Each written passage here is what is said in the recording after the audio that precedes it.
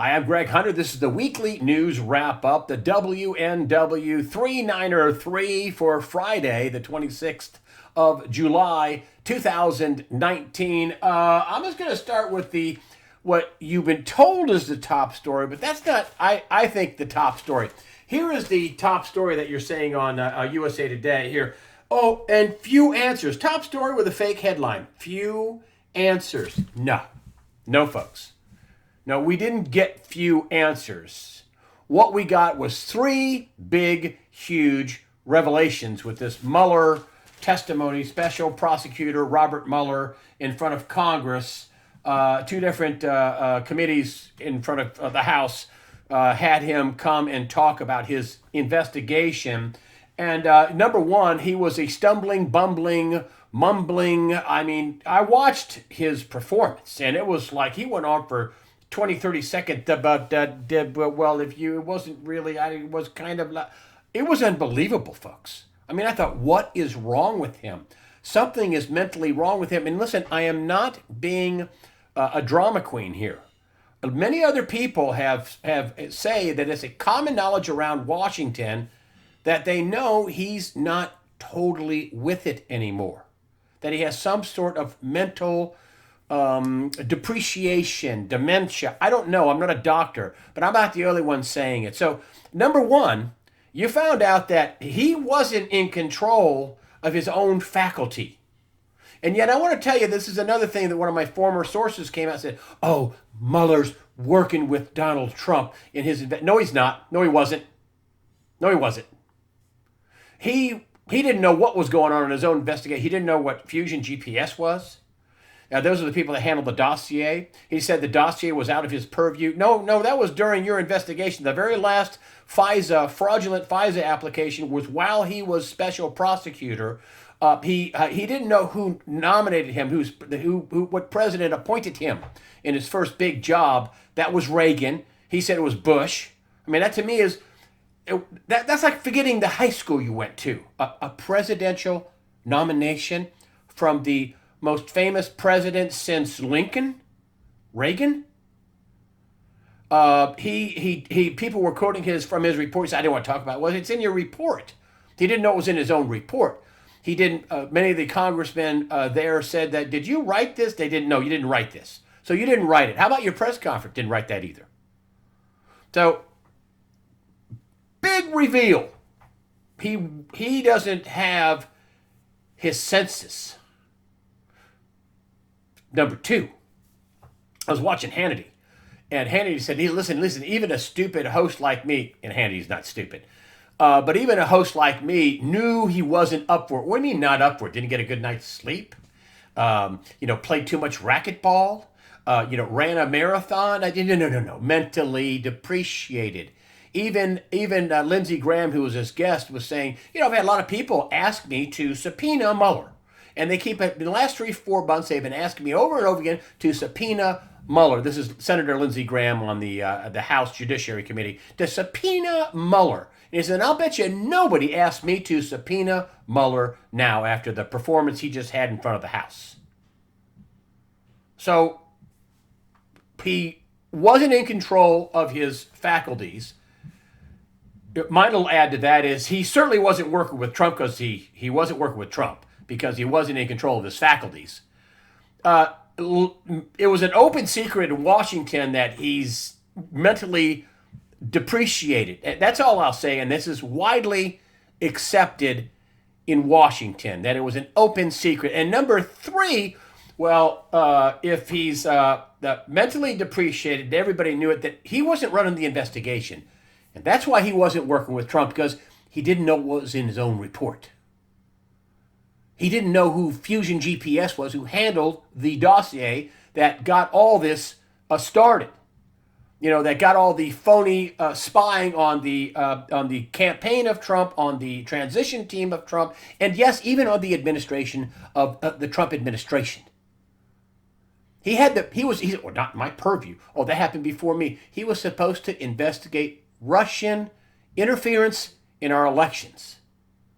But, they had a Republican as the head of this in name only. The Mueller report is really in name only. It ought to be called the Andrew Weissman and the other crazy Democrats that hate Trump report.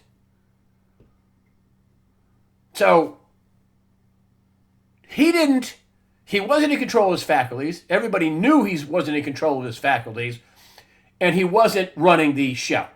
It was Andrew Weissman, and he didn't even understand that Jeannie Ray was a former Clinton Fraud Foundation lawyer that was hired to be on his team. Later he knew it. Oh, okay, but you hired her and you kept her on there. Jeannie Ray.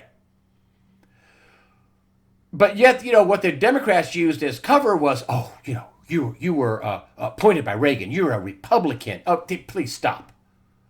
They used him as a meat puppet. I want to understand, and the only thing I can come to is that the Democrats they know this is an open secret, so they knew this. So maybe some people didn't, but most people in positions of power certainly knew it. Lindsey Graham knew it. Hannity knew it. Many other people, I heard other people say, yeah, we knew he was kind of losing it, that he wasn't quite up for it, quote unquote. And so, he didn't run the investigation. And the Democrats knew he wasn't up for it. They must have known, which is why they wanted to have his chief of staff sitting at the table with him, which didn't help him. But this was their Hail Mary. And it was a disaster. He even said, one of the Asian congressmen said that, now why didn't you indict him? Was it because of the guidelines of the DOJ? Yeah, I would have indicted him if it wasn't for the DOJ guidelines of indicting a sitting president. He had to come back. Can you imagine Barr calling up to his staff going, you better have him fix that. And he read the correction saying, no, that wasn't right. That's not the way to look at that. We just didn't have sufficient evidence. Yeah, ding, ding, ding. And so the Democrats, to pull this stunt with a very weak player that they knew was weak, it smacks of desperation. Really. It smacks of desperation. And the other thing is, it's clear as the deck for the real investigation. Listen, Barr and Durham and Horowitz, with the Inspector General's office in Durham, who would take over for remember, what's his name that was supposed to be, Hoover. He's never had a grand jury, not a single indictment, twiddled his thumbs in his office for a year and a half or however long he was there, and was replaced by Durham, a real prosecutor who's going after him. And listen, there are major players that are involved in this. This was a vast left-wing conspiracy that involved the State Department, not just Hillary, but Kerry, the CIA, the FBI, the DOJ, the White House, National Security Advisors, the president himself. This is a huge deal. This is a huge deal. And it's going to go on for a while.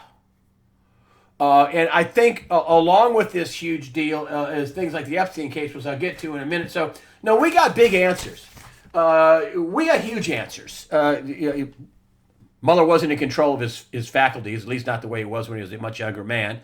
And number two, everybody knew he's got some mental depreciation. I call it dementia. I don't know. But everybody knows it. And that's not just me saying it. And number three, he couldn't have written the report. He couldn't have been running the investigation. He didn't even write his own press conference. That's what the congressman talked about, saying you didn't write any of this. And which shows how utterly biased. That means it was a control of not the figurehead Republican, the Mueller report in name only. It was being run by a total group of nasty Democrats headed up by Andrew Weissman, who has had multiple prosecutorial misconduct charges against him and examples of how he's lied to judges and all kinds of other stuff happened. And this is gonna come out. The investigation of the investigators is coming out. That's going to come out.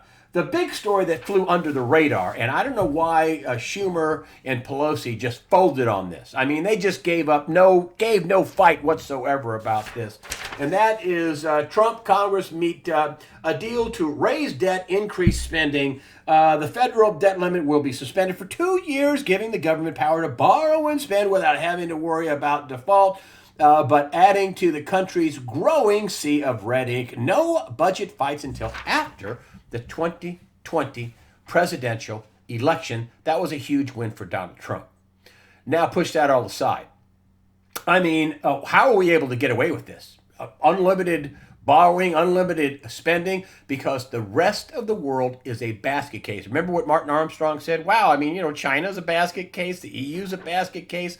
Most places in the world are doing way worse than the United States. And when the president says our economy is doing well relative to the rest of the world, he is absolutely right, but not doing that well, according to John Williams, who just had a big research project talking about what's going on with what's going on in your local economy. Had a research project, but the biggest thing here, and I'm changing my order here just on the fly here. The biggest thing is, and Armstrong brought this up, about what could knock America out of the box. Well, this budget deal could have, but Donald Trump has masterfully put that off. Now, I don't know if Pelosi got scared, and she's still talking about, impeachment, and they're going to, now Jerry Nadler is going to try to bring up Don McGahn on subpoena him, even though McGahn talked to Mueller for 30 hours. They're going to, this is all they got, folks, because they know the hammer's going to drop. And are there Republicans involved? Yeah. There are rhino Republicans involved in malfeasance and fraud and all kinds of other stuff. Are there Democrats involved? Oh, yeah. Yeah, 8 years of the Obama administration, these guys going crazy. They're trying to rip off America. So, yeah, and I think that's what they're scared to death about. Some people say, well, they just like Hillary Clinton. No. Stop. You don't get people, career politicians, deep staters, to commit felony after felony after felony, sedition, in some cases treason. You can't get people to do that just because you like your donkey better than the elephant, or vice versa. You can't. They're up to their necks in payoffs, fraud, control files, human trafficking, treason, sedition. And they're up to the. So what's a few more felonies? That's my contention. Not this. We just want Hillary to win. We want her to be the first female president. So therefore, I'll commit multiple felonies and stack up maybe another 50, 60 years of jail time for all the felonies I'm committing just so Hillary can win. No, stop, please. That's ridiculous. That's a ridiculous premise. But back to the economy, which I wonder if Pelosi and Schumer don't want to get blamed for a blowup. You got Elizabeth Warren saying, "Oh, hey, there's going to be a meltdown," which we all know there is. She wants to pre-position herself so she can say, "Now our socialist policies will fix everything." Yeah. But there are multiple ways for the economy to fall out of bed. I've been covering Deutsche Bank. I've been, Charles Zinner said, if it goes below $8 a share, worry. Well, it's been hovering below $8 a share. It got down to 6 and change and then came up. Listen, assets are being vacuumed out of that bank. And I think it's going to be more of a Lehman Brothers moment than a Bear Stearns moment. And then here we have Chinese banks with $100 billion in assets is about to collapse. This is a zero hedge story. This is Boshang is the fourth largest Chinese bank. Beijing has quietly had its hands full with avoiding a bank run in the aftermath of Boshang Bank's failure. It actually failed. This is the, again, fourth largest bank in China. Keeping the interbank, failure and keeping the interbank market, which has been on the verge of freezing, alive. When they're talking about that, they're talking about overnight money went to 1,000%. That banks were willing to pay 1,000% to get access to liquidity. And so you've got Deutsche Bank on the other side of the ocean, on the other side of us, with $49 trillion in derivatives, and all these banks, especially Deutsche Bank, interconnected. And, people, they won't let it go down. I mean, at what point does 49 trillion become a bit of a problem for the world? Being the total global GDP is about 70 trillion. So we'll only cough up about 60-something% of the global GDP to save one bank. And to make everybody whole who has a derivative bet with that bank.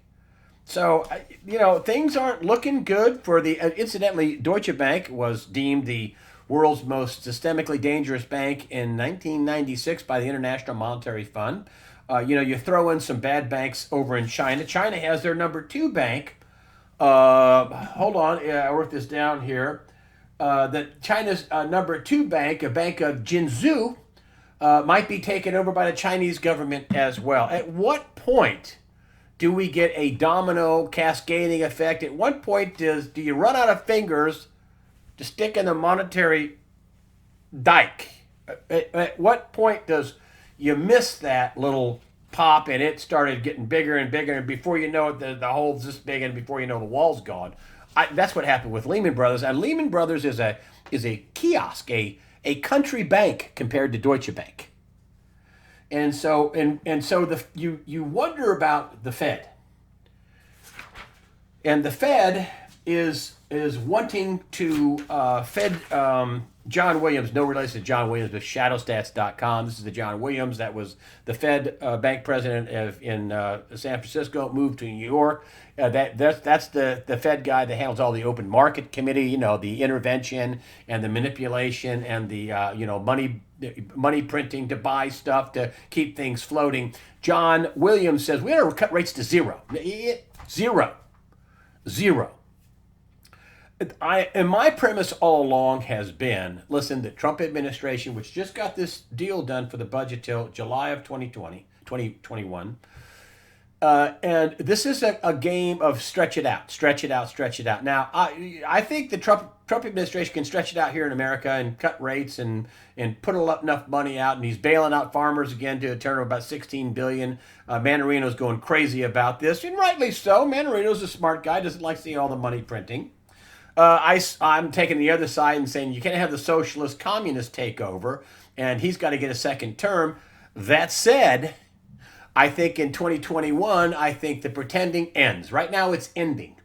But we still got some pretending. The pretending is ending, but I think it ends in 2021. I think Donald Trump is going to get himself reelected and then do all the awful things that need to be done to right the economics of the country. I do. I absolutely do. I think he wrote that executive order on December 22nd, I think 21st, I think it's 21st of 2017 that will block the assets of anybody involved in human trafficking and corruption. I think a lot of rich people who are involved in human trafficking and corruption is a pretty wide window. I think that they're going to confiscate a lot of assets, which is going to cushion the fall.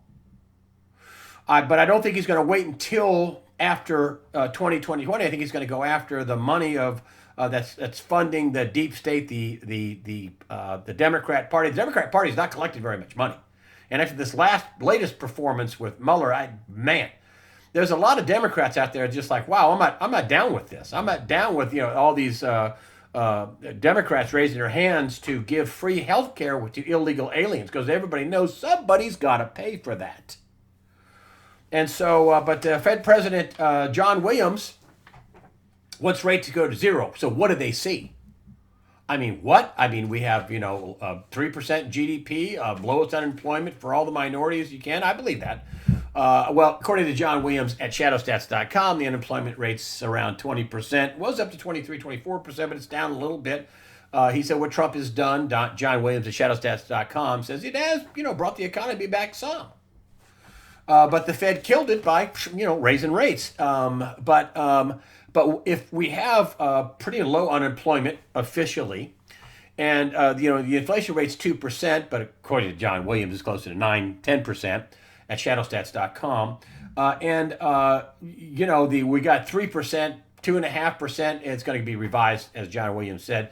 2.5% GDP. What? John Williams wants to cut rates to 0% now?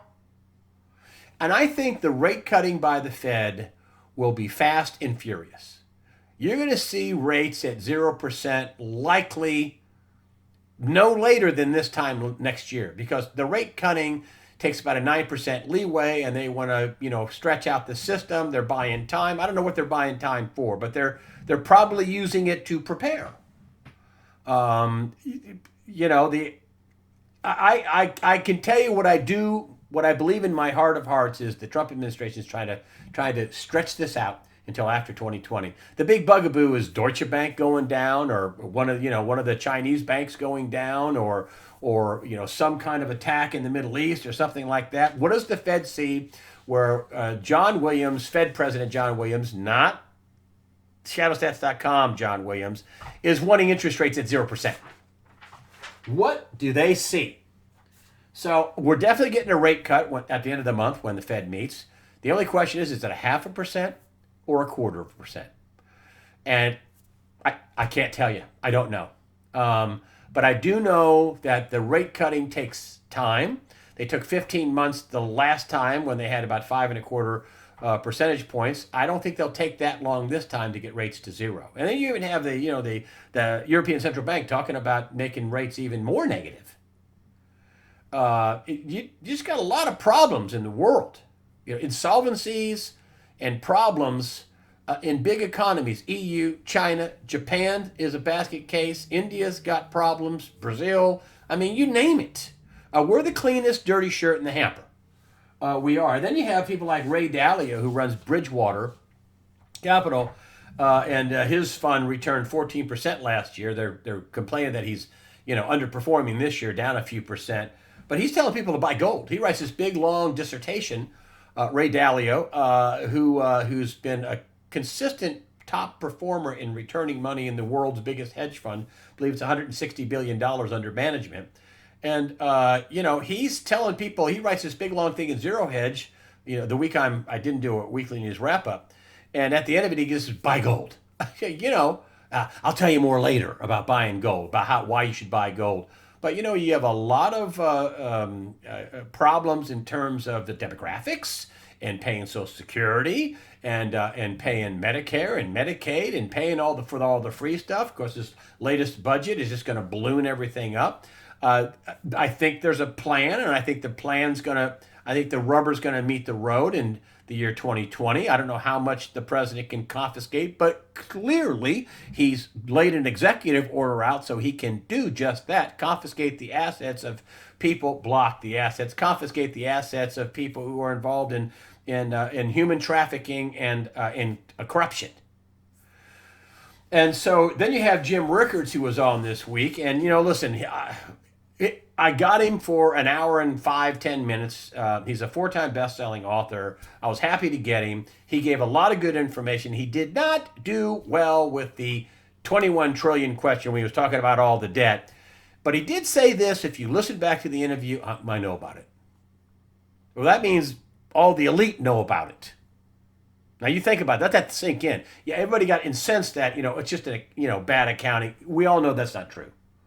We all believe, Catherine Austin Fitts and Dr. Skidmore and his team, and I believe them. And the rule change that made it a national security issue, FASB 56 rule, FASAB 56. Catherine Austin Fitts is going to come on and talk more about this. This is a huge story, folks.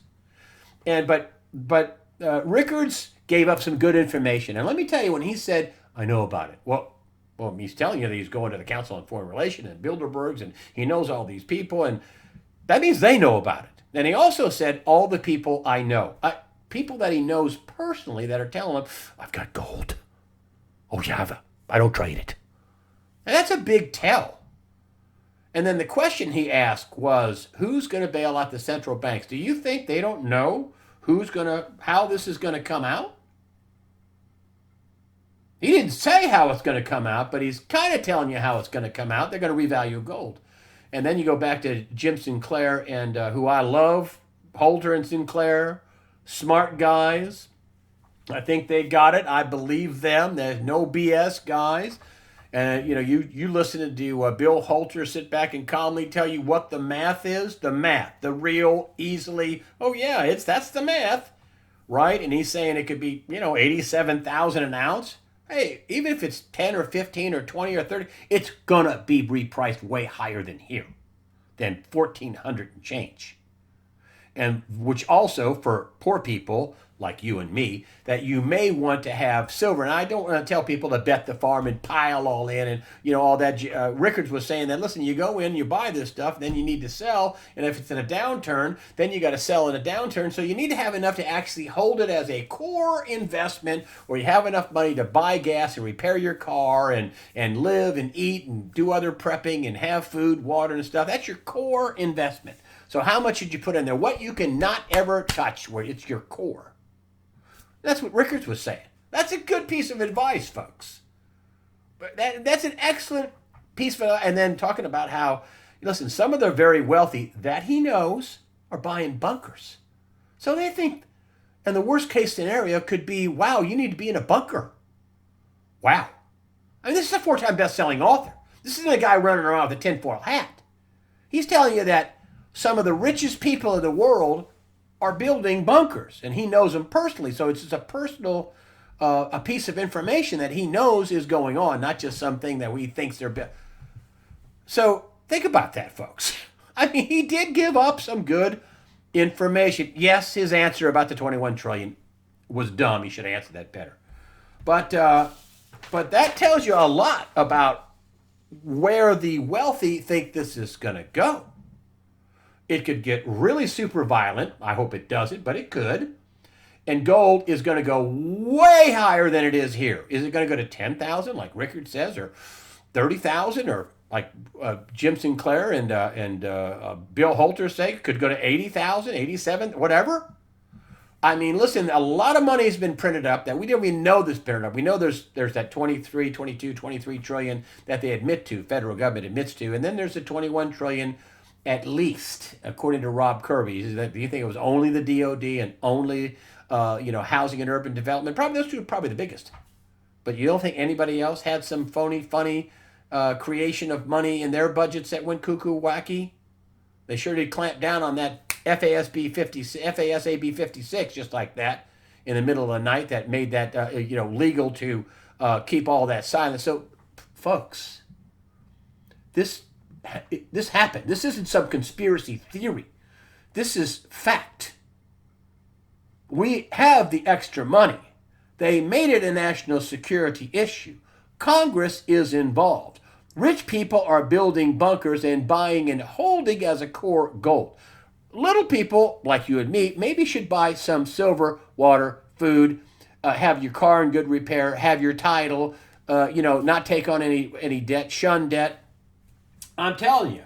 And then you add all this, and again, I think everything that's happening with the prosecutions, and now the investigators, and now going after states talk tech antitrust concerns with AG Barr, William Barr. And this is 8 different AGs are going after the tech companies because here's Ryan Anderson, a spokesman for the Arizona AG's office, one of the 8 helping out Barr and looking into antitrust issues and even breaking up things like Facebook. There's not many things Elizabeth Warren and Donald Trump agree upon, but should that demonstrate the seriousness of these issues and the extent to which the options are being considered? My phone's going off somewhere. Oh well, it'll stop ringing. I'll get it in a minute. But anyway, you're talking about Elizabeth Warren and Donald Trump wanting to go after the tech companies. Because Elizabeth Warren knows that. Listen, that today they're going to go after the conservatives. Tomorrow they're going to go after the socialists because that's not what the tech company want. They want to make all the money they can. You got people who are in their 20s making multi-million-dollar salaries at Google. So I mean. That's just more of what's going on in terms of they don't want Google putting their thumb on the scale, and they do, and they did. And you look at the hour video that Breitbart got a hold of and released, and everybody was boo-hooing, and we lost. What? Excuse me? And their logarithm, you think they're going after it harder now? Of course they are. And they're not just Republicans. Here's Tulsi Gabbard, the anti-war congressperson. Tulsi Gabbard has a lawsuit with Google, has almost total control over key elements of elections. Gabbard's complaint accuses Google of censoring the candidate at the very moment when millions of Americans wanted to learn more about her. The campaign seeks a legal injunction against Google to prevent further election meddling, as well as a $50 million in damages. I mean, this Gabbard, did pretty well in the first debate for the Democrats, and yet when people started searching for her, Google just shut her down. She's pissed. She has a right to be. And then you have Peter Thiel, who a couple of weeks ago, and I didn't cover this, I would have if I'd had my weekly news wrap-up, but Peter Thiel, the guy that invented PayPal, is talking about how Google should be investigated for treason. That their AI projects have been basically compromised by foreign intelligence services, and Google will not work with the U.S. military, but they'll work with the Chinese military. This is Peter Thiel, folks. And so tech is going to have its work cut out for them. They're going to get a barrage of trouble, and this is all so they can't put their thumb on the scale in the 2020 presidential election. You know, all the House seats are up for grabs there. A third of the Senate is up for grabs. And, you know, you say that this Russia investigation didn't have any effect. You know, the Russian meddling didn't have any effect on our elections, so some say. Oh, no, it sure did. You know, the phony dossier, the phony investigation into the president going into the 2018 midterms. Oh, yeah, some people thought that he's a Russian spy, President Trump. That's what the Democrats wanted. This and the other thing I wanted to bring up is the Democrats he's a racist. He's a racist. I was reading somewhere where he may double his African American and Hispanic voting totals. In other words, twice as many people that voted for him in the 2016 election may be voting for him in the 2020 election. There's a lot of Hispanic people who are actual citizens here who aren't down with massive illegal immigration, and all the Democrats say, yeah, I'll give illegal aliens free health care because somebody's got to pay for that, and a lot of people have figured out that'd be me. You know, Americans suffer. Black people, same thing. Look at the black people that are waking up and saying, hey, they're not doing anything for me. How does all these illegal aliens and refugees help me in the entry job market? And you insert young black person, young white person, young Asian person, young Hispanic. How does that help any of those citizens in the entry level job market? The Democrats. How does that help? That's why they're racist. That's all they got. Don't vote for him. He's racist. And which is, the racists are the Democrats. They're the party of the Ku Klux Klan, the Nazis, the progressives. The Nazis called themselves progressives. Okay, they're the party of Antifa. You know, the anti-fascists, which are fascists. The Democratic Party is being run by the Squad. The Marxist, socialist, globalist, New World Order Democrats that hate Americans and anybody white. It's really quite unbelievable what's going on. But all this stuff that you're seeing is all designed, the budgets, the prosecutions, getting Mueller behind him. I don't think Trump knew. Listen, I knew that Mueller. I thought. Did the Democrats not realize that the Republicans get to ask questions? I thought it would be bad for Mueller, but I didn't know it was going to be this bad. I mean, it was bad. Even my cartoon has the Hindenburg Mueller investigation blowing up and crashing and burning. I want to also bring up this, and I want you to think about this. And this flew pretty much under the radar, but I got a couple of sources on it that say yes. He did. And here is the Attorney General William Barr reinstates the federal death penalty. Wow. Barr's decision marks the end of a 16-year pause in federal executions. Wow. Why now? Just got to be the Attorney General. A few months into you being Attorney General, I think we need to kill people. Really? You're reinstating the death penalty. Let me tell you that 16 years ago, a guy by the name of Lewis Jones Jr. was executed for raping and murdering a 19-year-old female soldier. Keep that in mind. Raping and murdering a soldier got the death penalty.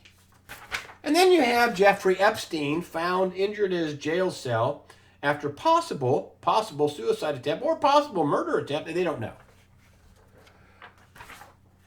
Jeffrey Epstein, the convicted sex trafficker who's now up for other charges, and the mainstream media wants you to believe he's just a dirty old guy that liked dozens and dozens of young underage girls. Well, he did, and he's been convicted of that. But there's all kinds of other implications and other big high-powered people that have gone to his on his Lolita Express. That's what's been named in the press many times, where he had people recruiting underage girls from all over the world. That he was going to either it's been called Pedophile Island, or in the press, Orgy Island, a massive open secret. Former President Clinton on the register of going down there, on the manifest going down there at least 24 times. It's going to ensnare a lot of important, high-powered people. And I think that all these investigations will have some of the same players involved. I'm going to have Kevin Shipp on, the former CIA officer, decorated CIA officer, and whistleblower who they almost tried to murder him and his family for blowing the whistle. He wrote a book called From the Company of Shadows, a big book disclosing the deep state and the secret government, the shadow government, whatever, the government unelected that hates us deplorable Walmart going weasels. No, we're not weasels. They're weasels, but us deplorables. So back up to this right here, okay?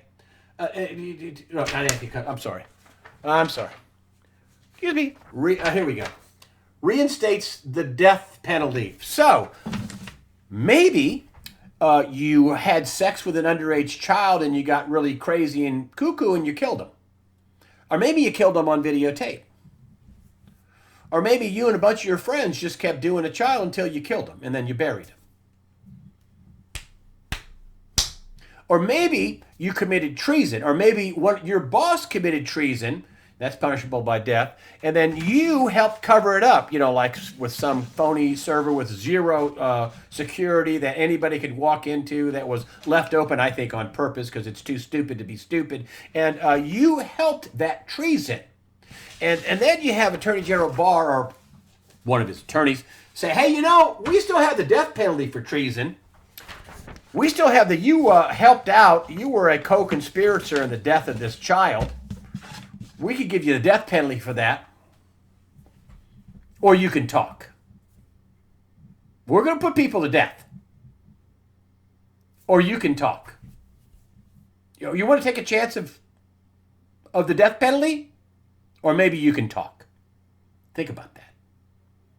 All of a sudden, out of the blue, under the radar, Barr says, "Oh, I need the death penalty. I need to be able to kill people, or maybe threaten to kill people, or both." That was a big thing that happened this week. I'm telling you, it's the bow is being drawn back, and they're about ready to let the arrows fly.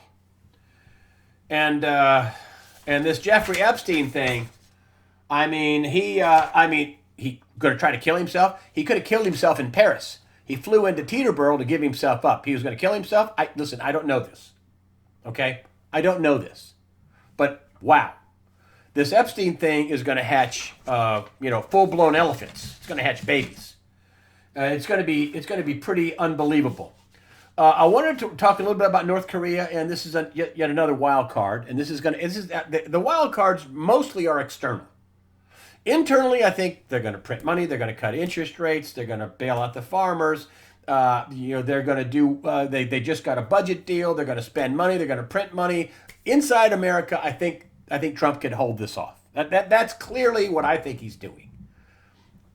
2020, the excrement's going to hit the fan. The pretending is ending, and it's going to end in 2020, I think, because he's going to move in the first 100 days of his presidency to right the finances of the country. I think so. And the reason why we're getting away with this is that everybody else is doing so bad. Europe's doing bad. China's doing bad. Brazil's doing bad. UK's not doing well. They're fighting with they got a new Prime Minister, Boris Johnson, who's we're leaving in 99 days. Now 98. We're leaving the European Union. They're like, we can only give the deal we've already given. And well, you're not talking to Theresa May. He realizes that he's put a bunch of pro-Brexiteers in his cabinet. So what does that mean? They're leaving. They're going, and they're not paying $40 billion for for the privilege of leaving the EU, and I think they will trade with them. And Trump has already said, "We'll cut a deal. We'll cut trade ties. We'll cut deals with you and increase our trade ties to Great Britain." And I think EU will ultimately be forced to. But I think if Britain goes poof, bye, gone, it's over. That's what I think. Again, this is setting up for the October time frame. This is external to the United States. Europe's doing awful, terrible. Deutsche Bank is a boil this big with a huge amount of junk in it. Awful. But then we have the war card. And then you have, the Royal Navy in the Gibraltar took an Iranian flagship thinking it was going to Syria, going to the Mediterranean. And then the Iranians, tit for tat, they got one of their ships, and they're still holding it. So the Royal Navy warship becomes the first to escort British tankers through the Gulf Strait of Hormuz. But then we find out, on Wednesday, Iranian President Hassan Rouhani appeared to suggest that Tehran would consider releasing the Stena Impero if Britain released the Grace 1. That's the British ship, and that's the Iranian flagship. So, tit for tat, you took our ship, we'll take your ship. They didn't kill anybody, I don't think so. But they, have landed on their deck via helicopter footage and all of that, the Iranians. And they took their ship and are holding. I suspect they would like to cut a deal. And I think cooler heads will prevail. And, there's 23 people on the Stena Impero that are being held hostage. And I don't know how many Iranians are being held, but I suspect they could probably work a deal. But the problem is Iran wants to sell wants to sell their oil. They have a bunch of trade restrictions on them. They have the administration is trying to squeeze the Iranians and get them not to have a nuclear program, get them to come back to the table. The Iranians are upset. Their economy's in tatters. I think they have 30 or 40% inflation. Then you have the Iranians launching a new missile, 600 miles. It went from south to north. Near Tehran, fell in the desert. And you have North Korea. They're also firing a new missile. And that's just part of the wild cards and all the wild cards out there. We don't have a robust, strong economy. That's why I have John Williams on, the cold glass of water in the face and, not so good. The real numbers say it's not so good. The real numbers say the inflation's way higher than they're telling you. The unemployment's way higher than they're telling you. That the business activity is way lower than they're telling you. That we don't have, the GDP that they're saying, that they're, messing with all the numbers. That's John Williams. But listen, Trump, and John Williams would agree with this. We'd be in a full-blown depression if it wasn't for Donald Trump. He's clearly buying time, but the problem is that his time frame may be shortened with a wild card. And that's why you need to be ready, that you need to get ready and you need to stay ready. I want to get down here to the USA Today, the thought-shaping, fraudulent propaganda newspaper that is the USA Today. I just want to read this to you. They're talking about laws that can build a monster. Laws about Sharia, anti-Sharia. That you can't have a religion and then say, well, we have our law, and that's part of our law is part of our religion. We want to have our own entities. We want to have our own laws. Great Britain made that mistake. And what they did was they said that, and listen to the firepower they put on this. And they put nothing on the Trump hoax. Nothing on this which is now a complete hoax. I mean, please. And now they really are a propaganda newspaper because they didn't cover the biggest espionage story ever that makes Watergate look like a squirt gun fight. But the story was produced as part of a collaboration between USA Today, the Arizona Republican, and the Center for Public Integrity. More than 30 reporters across the country were involved in this 2-year investigation, which identified copycat bills in every state. The term was used as a unique data analysis built on hundreds of cloud computers and compare millions of words of legislation. And they're talking about anti-Sharia legislation, which I'm for. Sharia law, if you want to be a Muslim, fine. But you want to have your law in your own courts and your own law in America? No, we're a constitutional republic. You can't have your own law. That's not a religion. That's a political entity. That undermines the U.S. Constitution, which I support. But here, the USA Today, the anti-American, total propaganda USA Today spent tons of money and all kinds of time talking about this bill could create a monster. Oh, you mean a monster? Not letting Sharia law, not letting the anti-Sharia law take hold in Christian Judeo-America? No, I'm all for it. And I'm all against USA Today. I'm almost about this close to dunking USA Today and not buying it anymore. But then they come up with a little gem like that I just have to tell you about their thought shaping and their non-journalism propaganda, which is what that paper is, and that's why their shares are what now, $8 a share or something.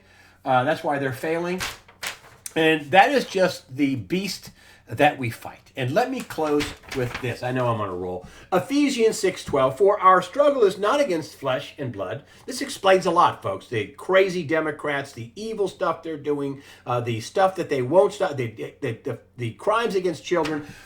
I think mainstream media is covering up crimes against children. They will not cover child trafficking, human trafficking, the NXIVM sex trial, or if they do, it's very cursory. They will not cover this. I think they're at least complicit in covering it up, and maybe some of them are involved. Who knows?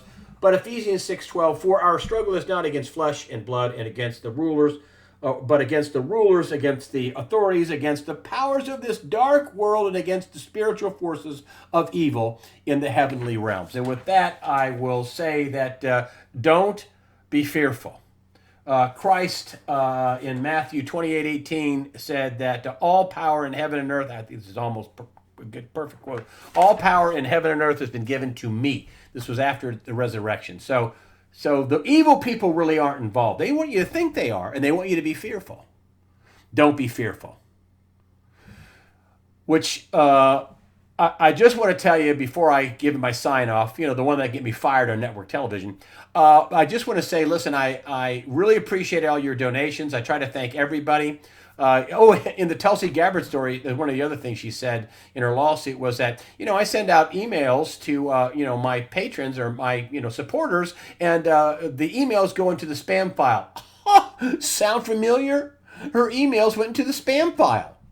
What have I been telling you? Check your spam file. I send out emails, people, thank yous to people, and they go to the spam file. I also want you to keep in mind the join button. It's right at the top of the page. It says join. There's a little black bar. It says join. I don't sell my list. You sign up for your email just in case I get deplatformed.